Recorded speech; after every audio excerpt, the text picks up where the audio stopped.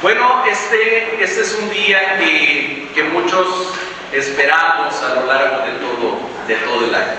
Para mí, al menos en lo personal, en lo particular, la Navidad es un tiempo sumamente especial, no solamente por los adornos, no solamente por la convivencia familiar, no solamente por todo lo que hay alrededor de la Navidad, sino por lo que ella significa en realidad, por lo que es verdaderamente el significado de la Navidad. Yo he tomado el título del mensaje del día de hoy, lo he tomado de un devocional, el título únicamente, porque me gustó mucho, me llamó la atención. El título del devocional al que me refiero es El mayor de los asombros. Y a mí me gustaría manejar este mensaje con este título. Fíjense que una característica que tenemos los seres humanos cuando estamos en la edad adulta es que perdemos nuestra capacidad de asombro. Tal vez una de las características que más hablan del envejecimiento o de que nos estamos poniendo viejitos es cuando perdemos nuestra capacidad de asombrarnos. Otra es cuando perdemos nuestra capacidad de reírnos o de divertirnos. Pero creo que la capacidad de asombro es algo que caracteriza a los niños. Los niños, sobre todo en determinada edad, cuando están, yo no sé si entre los 2 y los 6, los 7 años, alguna cosa así, tienen una capacidad de asombro, valga la redundancia, asombrosa. Se asombran de muchas cosas, ¿verdad? Muchas cosas les parecen novedad, muchas cosas les parecen wow, así como increíbles. Y bueno, en la medida que nosotros vamos creciendo, a veces desafortunadamente vamos perdiendo esa capacidad de asombro. Fíjense que, bueno, todos ustedes saben que mi profesión es la medicina, que soy médico, y yo me estaba acordando ahora que preparaba este tema también, en que hay veces la práctica médica es un poquito amarga. Hay veces que uno pasa por momentos tristes, por momentos difíciles, por momentos de tomar decisiones que a veces no estamos bien seguros de qué decisión es la que debemos de tomar, pero hay momentos también bien gratificantes, bien hermosos. Y si ustedes me preguntaran cuál es el momento más gratificante y más hermoso para un médico, o lo que ha sido para mí en mi práctica médica, sin ninguna duda, es cuando me ha tocado atender algún parto, cuando he recibido algún bebé. Es el momento más gratificante, porque es asombroso ver cómo la vida empieza en ese momento. Es asombroso cuando aquel bebito comienza a respirar por primera vez, por primera ocasión. Yo tuve la oportunidad de estar en el parto, bueno, en la cesárea, a través de la cual nació solamente uno de mis hijos. De los otros dos no tuve la oportunidad de estar ahí adentro. Pero recuerdo mucho cuando nació nuestro segundo hijo, porque el pediatra que lo estaba atendiendo en ese momento a él, después de que el ginecólogo se lo pasó al pediatra, y que él había sido mi maestro de pediatría en la escuela de medicina, y me dijo: mira, toma el estetoscopio, póntelo y escucha los pulmones de tu hijo. Y el ruido que hacen los alveolos cuando se van abriendo, los alveolos son las bolsitas que tenemos en los pulmones, el bebé adentro de la matriz de la mamá no necesita respirar, obviamente, y esos alveolos están cerrados. En el momento que el bebé comienza a respirar, los alveolos se van abriendo así como si fueran globitos, y eso hace un ruido muy especial. Es así como cuando ustedes estrujan el papel celofán, ese sonidito es exactamente lo que uno escucha. Y es la única vez en la vida en que uno puede escuchar eso en un bebé, y es algo asombroso. Pero algo que también a mí me asombra siempre de los bebés, y no puedo dejar de pensar en ello cuando veo un bebito recién nacido, es lo tremendamente vulnerables y dependientes que son. Dependientes, no independientes. Son tremendamente vulnerables y tremendamente dependientes. Y me asombra el pensar que el creador del universo, por el cual se hicieron todas las cosas y sin el cual nada de lo que existe existiría, ese creador de todo el universo, de las galaxias, de los soles, de las estrellas, de la vida misma, escogió voluntariamente tomar la forma más vulnerable del ser humano, que es un bebé. Pensar que Dios fue un bebé, así de vulnerable, así de frágil, así de dependiente de otros. Con toda seguridad, un bebé recién nacido, si no recibe ayuda de alguien más, no tiene la más mínima capacidad de sobrevivir, ¿verdad? Con toda seguridad, no sobrevive si no tiene ayuda de alguien más. Bien, el Dios del universo, el creador de todas las cosas, tomó esa forma, tomó la forma de un bebé. Y bendito sea Dios porque Él quiso inspirar a este médico Lucas para que escribiera este evangelio, el evangelio según San Lucas, y para que nos narrara algunos detalles que los otros evangelios no nos narran, por algún motivo, entran en otros detalles, pero no en todos estos detalles en los que Lucas entra. Y bueno, yo comencé hablando del asombro, así que voy a tratar de hablar de 3 puntos que tienen que ver con el asombro que se produjo esa noche. Y el primero es el asombro de los pastores. Hubo un grupo de pastores que no sabemos cuántos eran, pero que sin lugar a dudas fueron sorprendidos totalmente. Déjenme decirles, y solamente para hacer un poquito de contexto de esto que leemos, que los pastores en el tiempo del Señor Jesucristo no eran el oficio, no tenían el oficio, no tenían la ocupación mejor vista de aquel tiempo. No eran los que estaban así en la parte más alta de la escala social o laboral, todo lo contrario, eran tal vez lo último de la escala social y de la escala laboral. No eran bien vistos, no era así algo que atrajera mucho, que algún niño dijera de pequeño. Es así cuando les preguntamos a los niños, ¿qué vas a hacer cuando seas grande? Y la mayoría quiere ser bomberos o astronautas o policías. Esas son las tres ocupaciones más socorridas por los niños pequeños. Yo no creo que en aquel tiempo hubiera muchos que dijeran, yo quiero ser pastor cuando sea grande. Bueno, a lo mejor aquellos que eran hijos de pastores, puede ser que sí. Y fíjense que aun cuando el término pastor o el oficio de pastor fue dignificado principalmente por 2 personajes bíblicos. A ver, preguntas de conocimiento bíblico. Díganme 2 personajes del Antiguo Testamento que fueron pastores. David es el primero que se nos viene a la mente, ¿verdad? Sí, David, Dios lo tomó literalmente de atrás del rebaño de ovejas para ponerlo como rey de Israel. Ok, ¿otro? Moisés es el otro, ¿verdad? Moisés también era un pastor. También Dios lo llama precisamente cuando él andaba cuidando las ovejas. Y de repente ve por ahí una zarza que está ardiendo y que no se consumía. Bueno, aun cuando es dignificado de alguna manera el oficio del pastor por estos dos hombres, hay otro detalle todavía más digno que David y que Moisés. Dios mismo es llamado pastor, ¿verdad? ¿Se acuerdan de alguna parte de la Biblia donde se diga eso? Juan. Ok, del Antiguo Testamento. Salmos, ¿qué? 23, ¿verdad? Jehová es mi pastor. Otro menos conocido es el Salmo 80, versículo 1, a donde comienza y el salmista diciendo: oh pastor de Israel, escucha, tú que pastoreas como ovejas a José, es decir, a los hijos de José, a tu pueblo. Bueno, pero sin embargo, les insisto, en el tiempo del Señor Jesucristo, el oficio de pastor no era tan bien visto. Es más, los pastores se consideraban ritualmente impuros.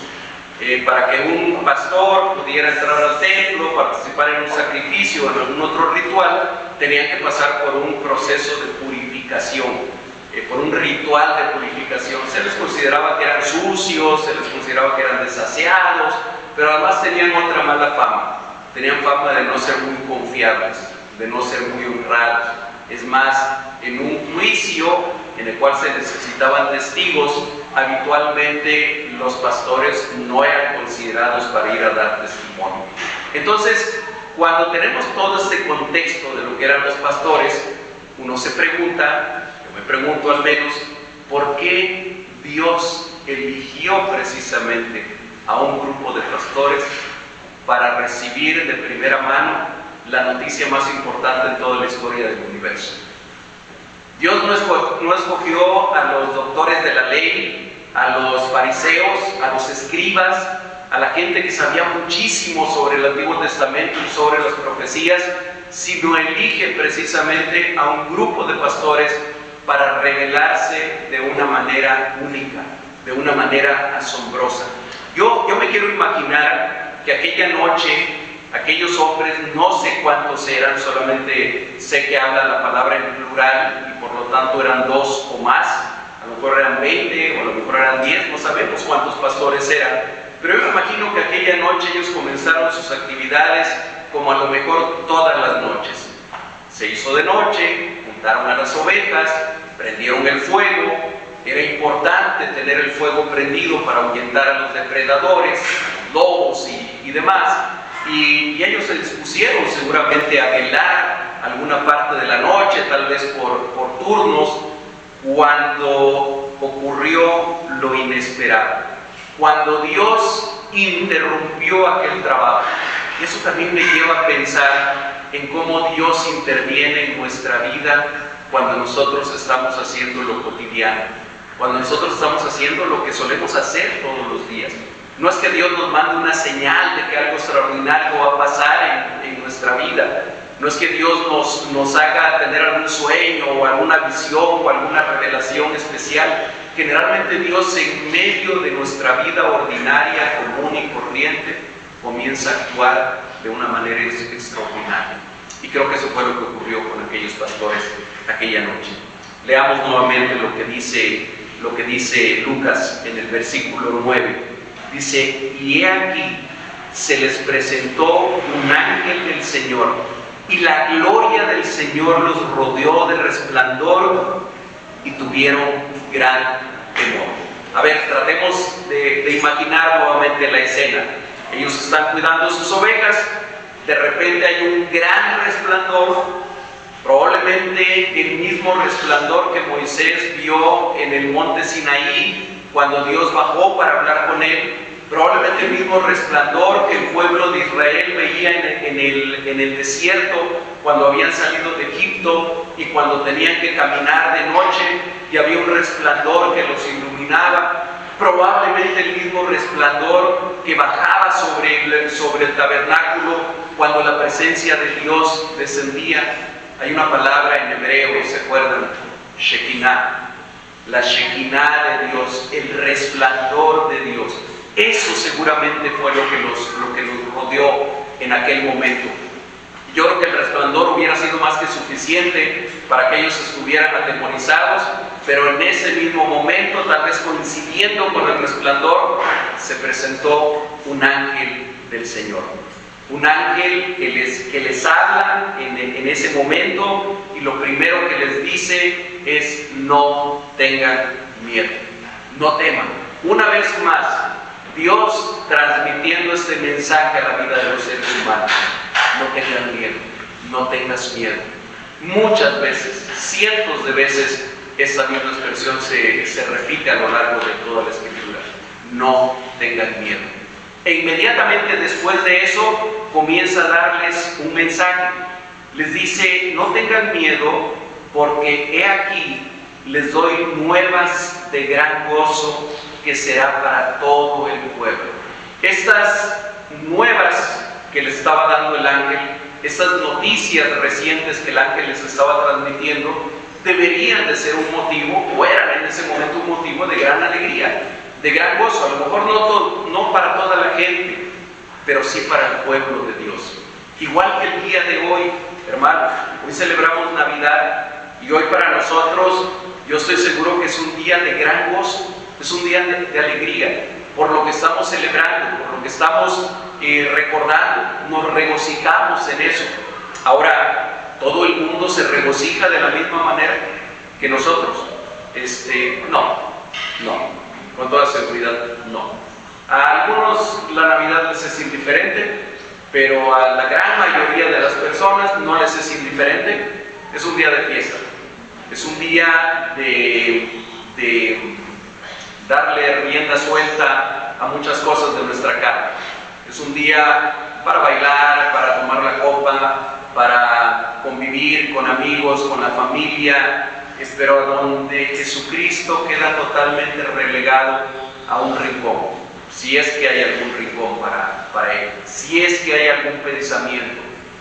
La mayoría del pueblo, la mayoría del mundo no se regocija con este gozo con el que aquel ángel y aquellos pastores muy poquito tiempo después se iban a regocijar. Por eso es que el ángel le dice a aquellos pastores: les doy nuevas de gran gozo que será para todo el pueblo. Y estaba hablando del pueblo de Dios. En ese momento el pueblo de Israel, pero más tarde todas las naciones, toda lengua, raza y nación se regocijarían también en él. Y aquí viene la noticia después en el versículo 11, que os ha nacido hoy en la ciudad de David un Salvador, que es Cristo el Señor. Que os ha nacido hoy. Fíjense bien que no dice que ha nacido hoy, que sería tal vez la expresión más común o que uno estaría esperando. La noticia es que ha nacido hoy en la ciudad de David. No dice les ha nacido hoy, les ha nacido a ustedes hoy, ha nacido para ustedes. Y aquí hay varias cosas que nosotros podemos ver en esta expresión. Una es que de quien estaba hablando el ángel era un ser humano. Era un ser humano. Solamente los seres humanos nacemos, ¿verdad? Dios no ha nacido nunca. En Isaías capítulo 9, versículo 6, está la expresión de una manera más completa, aunque esta expresión de Lucas resuena mucho a lo que dice Isaías 9:6. ¿Sí se acuerdan de Isaías 9:6? ¿Cómo dice? ¿Sí? Que os ha nacido un niño, os ha nacido, hijo ha sido dado. Ahí sí hay una diferencia, ¿verdad?, entre nacer, como lo hacemos todos los seres humanos, y dar, como es que Dios se da a sí mismo. Dios no puede nacer, ¿verdad? Dios es eterno. El Verbo encarnado fue encarnado, no nació. La humanidad del Señor Jesucristo, Jesús siendo hombre, Él nació, pero no nació solamente como cualquier otro niño nace, nació para nosotros, nació por nosotros.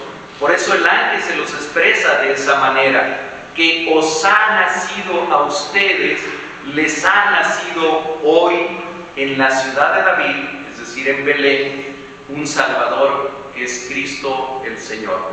Y créanme que esta última línea sería suficiente para que habláramos bastante tiempo de ella.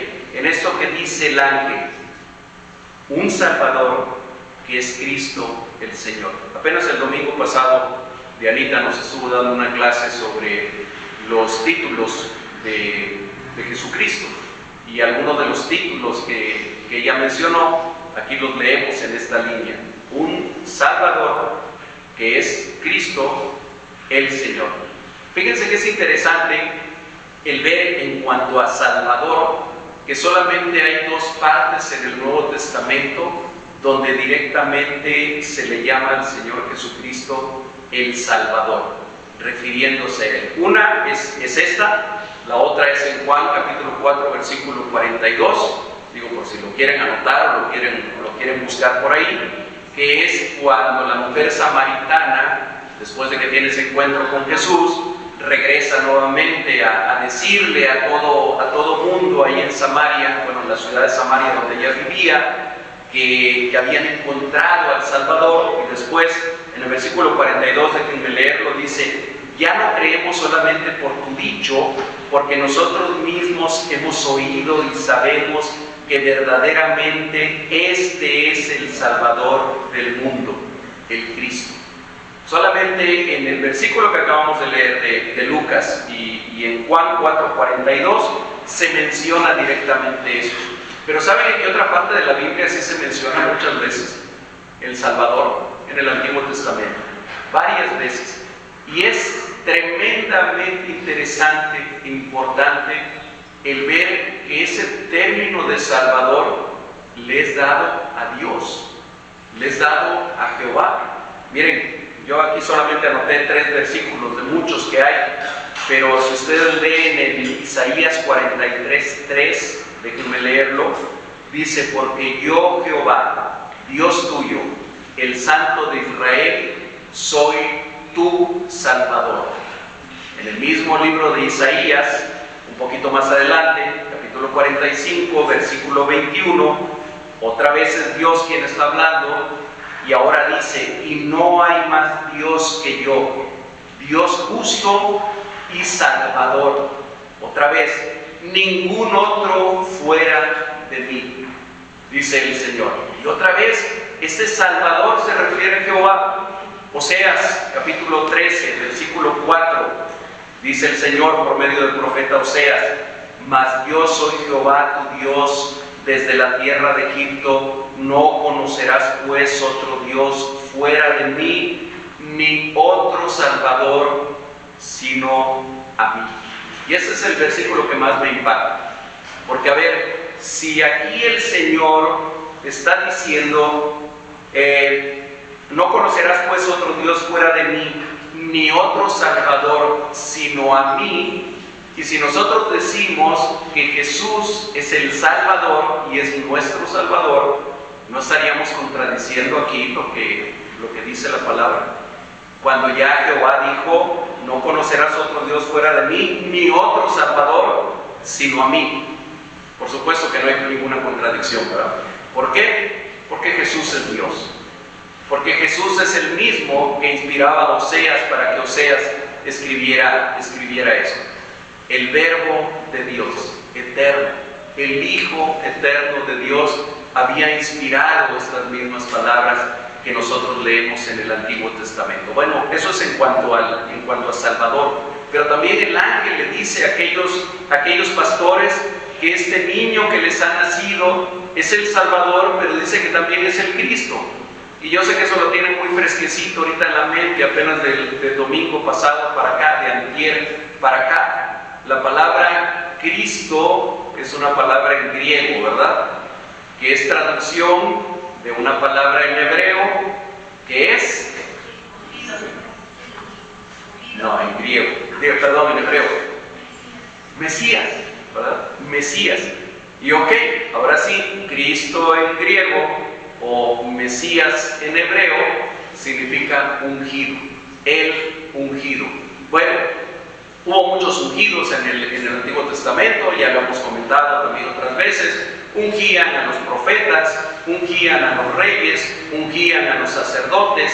El mismo David fue ungido, Saúl antes que él había sido ungido, todos los reyes que siguieron después, Salomón, Roboam y todos los que siguieron, fueron ungidos. Sí, pero este era el ungido. Hay una tremenda diferencia entre ser un ungido, como lo fue David, como lo fue Salomón, y ser el ungido. Hay una tremenda diferencia. Es como cuando hablamos de que nosotros somos hijos de Dios, ¿sí?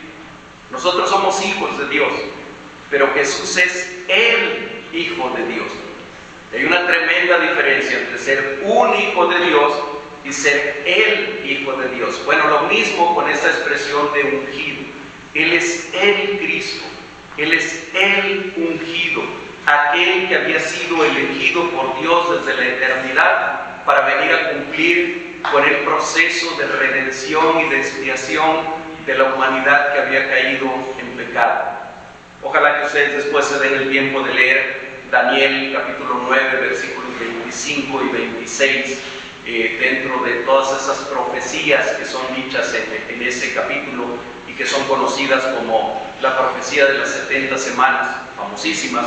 Bueno, ahí se menciona específicamente a el Mesías.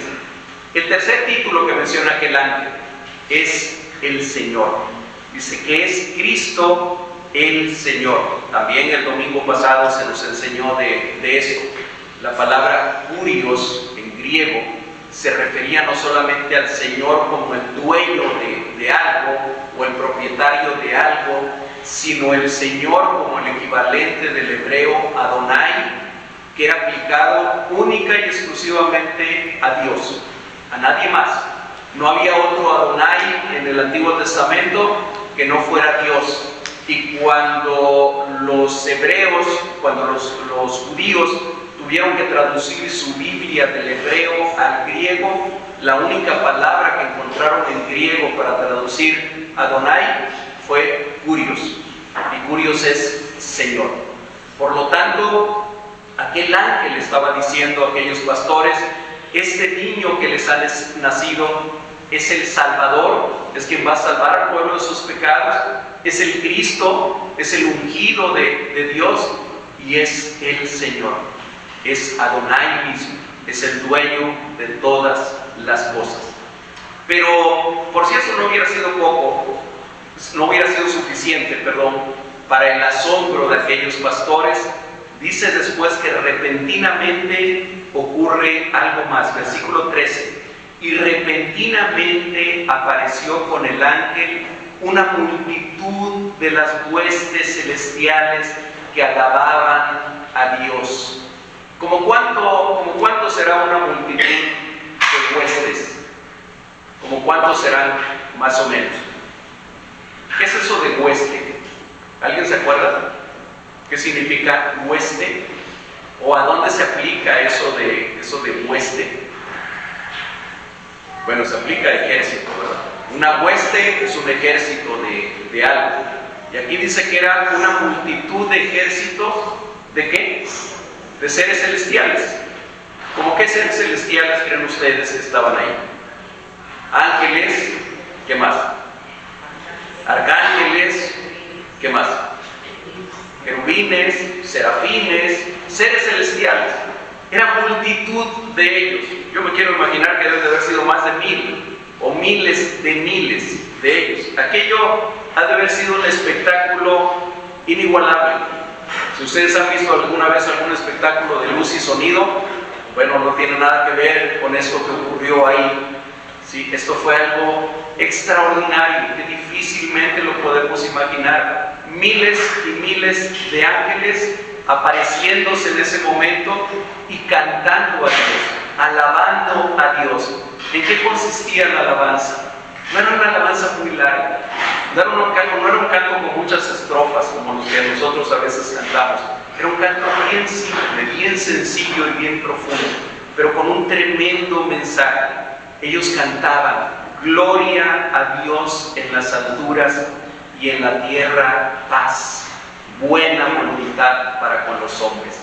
Hermanos, créanme que cada uno de estos versículos daría para varios mensajes, Miren, en ese canto de los ángeles, lo primero que ellos resaltan es la gloria de Dios. Ellos lo primero que hacen es darle la gloria a Dios. Aquel niño que había nacido en la ciudad de David había nacido con un propósito principal. ¿Cuál era? Darle la gloria a Dios. El propósito principal del nacimiento de Jesucristo no somos nosotros. Podemos decir que nosotros somos el propósito secundario. El propósito primario es que Dios sea glorificado. A través de la vida de aquel niño, Dios sería glorificado una y otra vez por su obediencia, por su humildad, por su sometimiento a Dios. Por eso aquellos ángeles comienzan diciendo ese canto: gloria a Dios en las alturas. Y la siguiente parte de ese versículo habla del segundo propósito del nacimiento de aquel niño. Dice: y en la tierra paz. ¿De qué paz creen ustedes que estaban hablando los ángeles ahí? Digo, porque si algo no hay en esta tierra el día de hoy, es paz. Si algo no hay, es paz.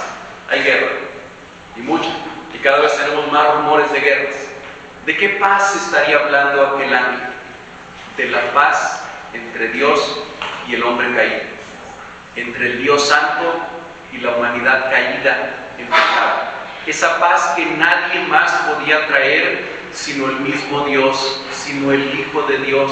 Por eso los ángeles cantan en ese momento lo que de otra manera Pablo va a expresar más adelante en una de sus cartas, en Romanos capítulo 5, versículo 1, cuando dice: justificados pues por la fe, tenemos paz para con Dios. Lo mismo que va a decir también en 2 de Corintios capítulo 5, cuando él dice: y ahora a nosotros se nos ha encomendado el ministerio de la reconciliación, como si Dios estuviera rogando por medio de nosotros. Les rogamos, reconcíliense con Dios. Es esa paz de la que los ángeles están hablando. Esa paz que no podía haber sido traída por nadie más que por el mismo Dios encarnado, por el mismo Verbo encarnado. Y pensar que estas palabras a veces las decimos tan rápido, las repetimos a veces como estribillo, las cantamos y pocas veces nos ponemos a reflexionar en todo el mensaje que tienen para nosotros. Sí, gloria a Dios en las alturas y paz en la tierra, buena voluntad para con los hombres. Hay algunas traducciones que dicen: y paz en la tierra a los hombres de buena voluntad, ¿verdad? Hay algunas traducciones que dicen así. Yo todavía no conozco a los hombres de buena voluntad. Yo espero que ustedes los conozcan. Yo todavía no los conozco. ¿Perdón? Los hombres que aman. Más bien es la buena voluntad de Dios para con los hombres. La buena voluntad de Dios para con los hombres. Es buena voluntad para con los hombres. La buena voluntad de Dios se refleja precisamente en que Él quiso nacer, Él quiso encarnarse por su gracia únicamente. Dios no necesitaba salvarnos a ninguno de nosotros. Nosotros no le hacemos ningún favor a Dios creyendo en Él. Dios no necesita que nosotros creamos en Él. Él sigue siendo tan Dios, tan eterno, tan santo, tan infinito, si nosotros creemos en Él o si no creemos en Él. ¿Sí? No deja ni media micra de ser Dios porque nosotros creamos o no creamos. Todo lo que Dios hace hacia nosotros es gracia sobre gracia.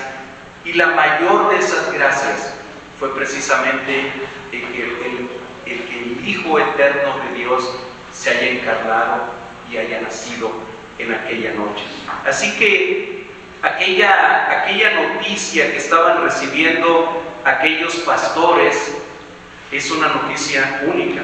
Es una noticia que a ellos les llenó de asombro y que a todo el mundo le debería seguir asombrando cada vez que la leemos. Paso al segundo punto, y el segundo de los asombros: el asombro de los que los oyeron a ellos. Porque aquellos pastores no se quedaron con aquella noticia, no se quedaron. Bueno, los ángeles de repente, ¡pum!, desaparecieron. Así de repentinamente como aparecieron, así repentinamente se fueron. Y yo me imagino que aquella noche volvió a quedar idéntica como había sido unos instantes antes. No sé si haya estado estrellada, si haya estado oscura la noche, no tengo la menor idea, pero sí estoy seguro de dos cosas. Una, que aquella noche volvió a ser igual inmediatamente después cuando desaparecieron los ángeles. Y la segunda cosa de la que estoy seguro es que aquellos pastores no volvieron a ser los mismos nunca más. Su vida quedó cambiada totalmente. Podría decir, quedó cambiada por la eternidad, porque yo creo que aquellos hombres fueron salvos. Aquellos hombres creyeron en el mensaje que se les dio. Yo creo que algún día los vamos a conocer a esos pastores. Estoy seguro, su vida no volvió a ser la misma, nunca más. Yo no sé cuántos de ellos habrán sobrevivido 30 años más o 33 años más para haber visto a aquel bebé llegando a la cruz del Calvario para expiar sus pecados. No creo que muchos de ellos. La esperanza de vida no era muy larga en aquellos tiempos, 45 años más o menos era la esperanza de vida. Entonces probablemente aquellos hombres ya no vieron terminada la obra de aquel bebé, pero estoy seguro sus vidas no volvieron a ser las mismas. ¿Qué hicieron después de que terminó aquel espectáculo de luz y sonido? Dice el versículo 15: sucedió que cuando los ángeles se fueron de ellos al cielo, los pastores se dijeron unos a otros: pasemos pues hasta Belén y veamos esto que ha sucedido y que el Señor nos ha manifestado. Vinieron pues apresuradamente y hallaron a María y a José y al niño acostado en el pesebre. Otra vez sobre el tema del pesebre, bueno, Gustavo predicó hace 15 días creo, o el domingo pasado, ya me pierdo con los domingos. Bueno, pero acaba de predicar sobre este tema del pesebre, ¿sí? Hay muchísimo que hablar también sobre el significado de ese pesebre. Pero resulta que aquellos pastores van y encuentran tal como se les había dicho. Y encuentran aquel niño acostado inusualmente en un pesebre. Versículo 17.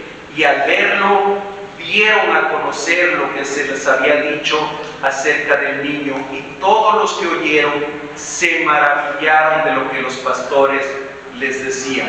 Y aquí la palabra maravillarse es sinónimo de asombrarse. Y otra vez encontramos el asombro. Aquellas personas que recibieron la noticia, podemos decir de segunda mano, ya no la recibieron de primera mano como los pastores la habían recibido. Aquellas personas ya no vieron a los ángeles, ya no escucharon aquel canto de los ángeles, ya no fueron testigos presenciales de la forma en que Dios se reveló en aquel momento. Sin embargo, creyeron a la palabra de unos pastores que tradicionalmente eran poco confiables. Sin embargo, ellos creyeron lo que les habían platicado. Dice que todos ellos se maravillaron de lo que los pastores les decían.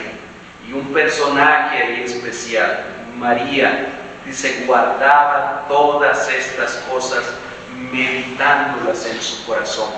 A María le había sido revelado más o menos 9 meses antes por un ángel también, que iba a concebir del Espíritu Santo y que el santo ser que nacería de esa concepción iba a ser llamado también Hijo de Dios. Y yo creo que ella guardaba y meditaba en todas esas cosas en su corazón, y estoy seguro con asombro. Fíjense, José y María no vieron lo que vieron los pastores. A lo mejor si alguno de nosotros hubiera escrito esta historia, en ese caso sería una historia ficticia, uno buscaría más lógica en toda aquella descripción. A mí me hubiera gustado más que los ángeles se presentaran allí en el pesebre, ¿no? ¿Sí? Donde estaba el niño, donde estaban José y María, y que ahí se les hubiera dicho a todo el mundo, pero no. Dios escogió, y lo vamos a entender después en el resto del desarrollo del Nuevo Testamento, cuando nos dice también la palabra de Dios, que Dios ha escogido lo vil y lo menospreciado del mundo. ¿Sí? Si ustedes se preguntan a veces, ¿por qué yo estoy aquí? Bueno, ahí está la respuesta en la palabra, porque Dios escogió lo vil y lo menospreciado del mundo. Por eso estamos nosotros hoy aquí. Somos de ese grupo. Así que Dios actuó en consecuencia, como había venido actuando a lo largo de todo este tiempo, y escoge a unos pastores que no eran nada confiables, que no eran nada importantes, que ni siquiera sabemos cómo se llamaban, es más, ni siquiera sabemos cuántos eran. Los escoge a ellos para revelarse de la manera que Él se reveló. De manera que María, José y el resto de la gente que andaba por ahí se enteraron solamente de segunda mano, en este caso de parte de los pastores, de aquello que había ocurrido, pero creyeron en su corazón, y todos se maravillaron de aquello que Dios había hecho. Podemos decir que para aquellos dos grupos, los pastores y los habitantes de Belén que los oyeron, esa noche les trajo el mayor de los asombros, el mayor de los asombros. Y el tercer punto, y con el que quiero ir concluyendo, es el asombro de nosotros, de los que hoy estamos aquí, de los que hemos llegado al año 2024, tal vez 2024 años después, más o menos, de que ocurrió aquella noche. ¿Qué tanto nos asombramos cuando leemos esto? ¿Qué tanto nos asombramos cuando volvemos a escuchar esta historia? ¿O estamos ya tan habituados a escucharla una vez y otra vez? Yo no sé, a lo mejor cuántas veces hemos leído Lucas capítulo 2 pero estoy seguro que algunos como mi hermana Patti o como mi hermana Lupita y otros, a lo mejor como Kate también, estoy seguro que lo hemos leído muchas veces, más de 10, 15, 20 veces a lo mejor hemos leído Lucas capítulo 2. ¿Y no será que por haberlo leído tantas veces vamos perdiendo nuestra capacidad de asombro y dejamos ya de asombrarnos de esto que ocurrió? ¿No será que a lo mejor nos habituamos tanto a lo maravilloso que es Dios, a lo maravilloso que Él se ha manifestado para con nosotros, que ya se nos hace como algo común y corriente?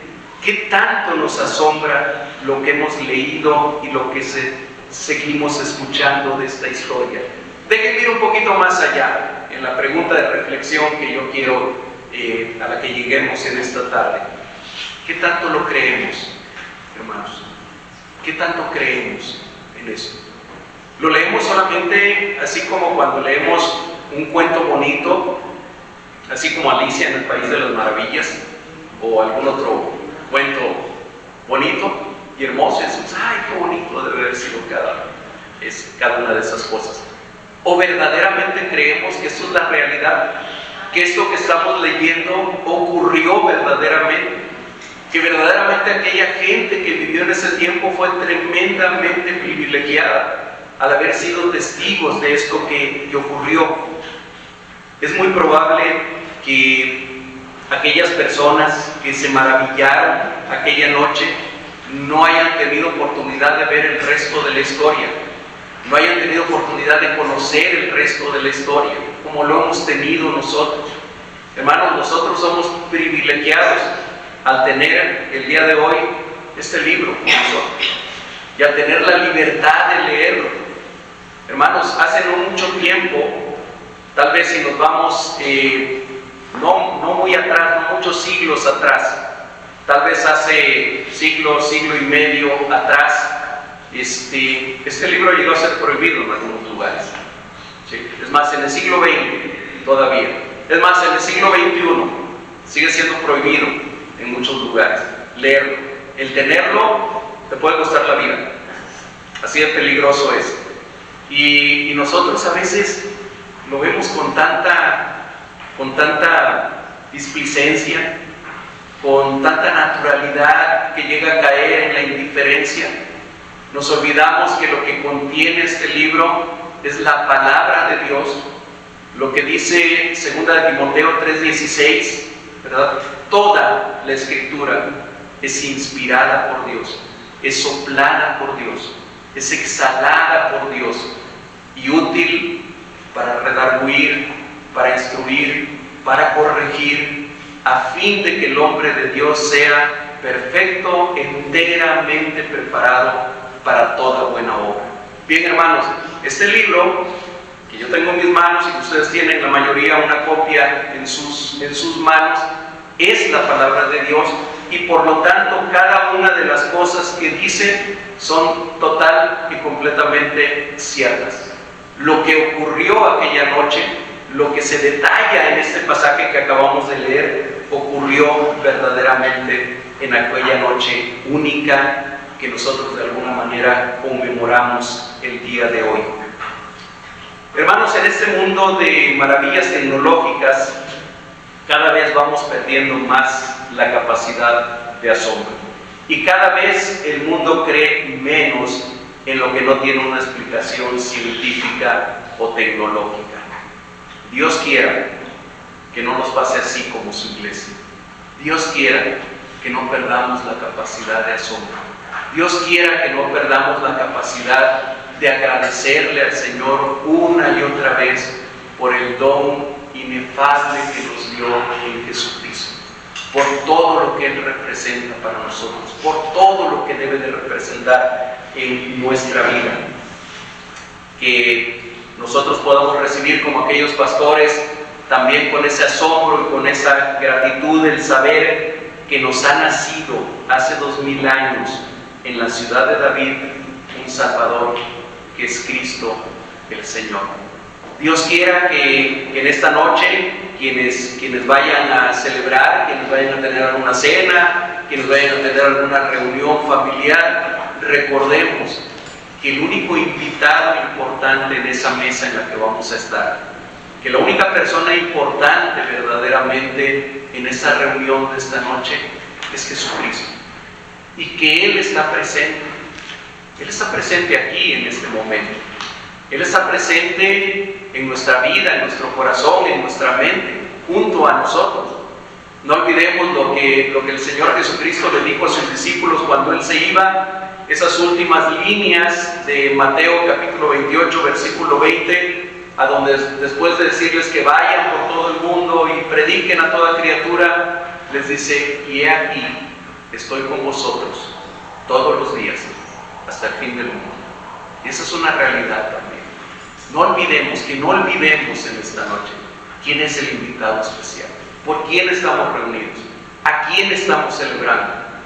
Yo comentaba anoche con mis hermanos en la iglesia Betel en algún momento que me pidieron que pasara a orar.